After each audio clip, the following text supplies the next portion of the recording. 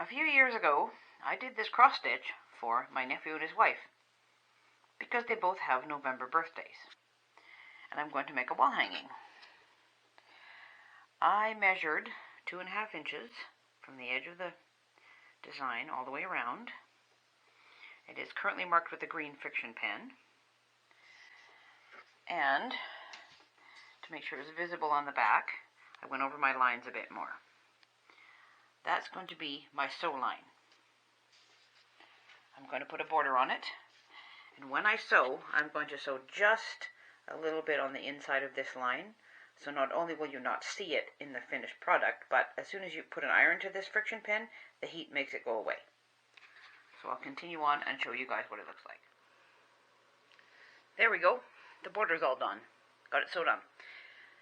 From the seam edge to the edge of there is 2.5 inches. I figured that would be good enough size to make it a decent size wall hanging, and so that you could still see the pattern of this fabric. And I have a big chunk of extra batting. In order to get it stuck down and not move, I'm going to use 505 basting spray. Just kind of give it a good spritzing, like so.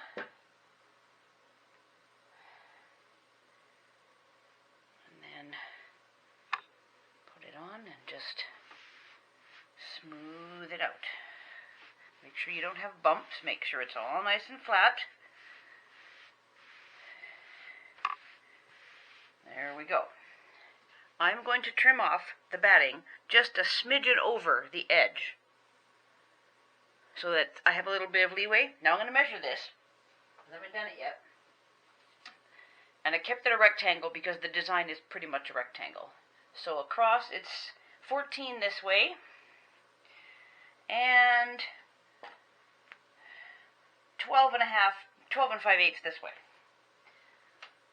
So I'll give myself a little extra room. I don't know much, maybe not even 1/2 inch, just a little bit. And then I will do the same routine with the basting spray once I organize the back, and then I will quilt it. The front and the batting have been basted to the backing, which is this one. It's got a little bit more black, but it doesn't really matter because it's very fall-like. Just made sure it's nice and smooth. And these 2 strips of painter's tape that I have measured are 1.5 inches from the edge of the stitching to there, and 1.5 inches from the top of this sun charm to there. And I'm going to quilt with cream there and there, and in a moment I'm going to put 2 other strips of painter's tape the same distance from here and from here, so that I have a box of quilting basically that's going to be 1 inch around all the way here with cream.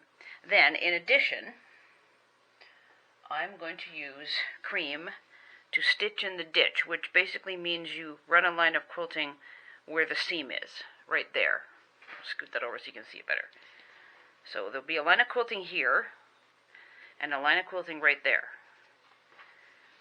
And then in addition, after I've done with the cream, I'm going to mark out with the painter's tape 1.25. Sorry, it was 1.25. What am I doing? 1.5. I don't know. Dummy me. Okay, because this is 2.5, 2.5, 2.5, I'm doing 1.25, 1.25, 1.25 to make sure it's all even. Sorry about that.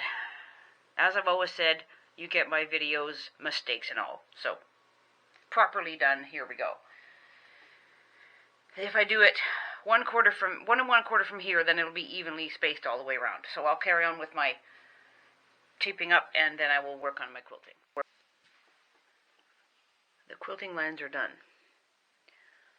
This one in cream, 1.25 inches away from the edge of the stitching. More cream thread, stitch in the ditch. And orange, 1.25 away from the seam, all the way around. I'm going to trim it down to the edge of the project, and I have enough of this fabric to make the binding with. I'm making a hanging sleeve now with this fabric. I've turned it under to have a nice edge, and I'm going to just sew these down. Excuse me. And then sew them right sides together just across the top, and turn it through so you have like a tube. This piece of fabric started off about 12 inches. The top measurement of the wall hanging is 14, so I wanted it to be fairly close in width. After I sewed down the inner bits, I turned over just to make a nice edge, and then you sew across the top to have a seam. Now, I fiddled it around so that there was the seam on the back, so this is going to be the front of the hanging sleeve. And then what you do, okay, there's the top. So as I go around with the binding, okay, top of the design, whoops, sorry, off camera a bit, there we go, top of the design, okay, right here where my hand is. Sew that on as you go, and I'm going to use my walking foot for this because it's bulky. So that goes on there. I'll pin it in a second. And then as I put the binding around, I will make sure the binding is nice and smooth, and the binding goes on at the same time. So in this section, I'm sewing everything down at once. And then once that's all sewn, all I have to do is stitch a little bit by hand just to tack this down on the other side. Simple. Voila, hanging sleeve. There we go. Binding sewed on the front. It's kind of hard to tell. I used a lighter brown on the top to sew it down as I folded it from the back, and I used a darker brown on the back. It looks fine. So, there we go. All done. Finished. Hanging sleeve. Except for, I have to take a little bit of, I don't know, maybe I'll use yellow or something light and just stitch that down just so it holds. That's it. Then it'll be finished.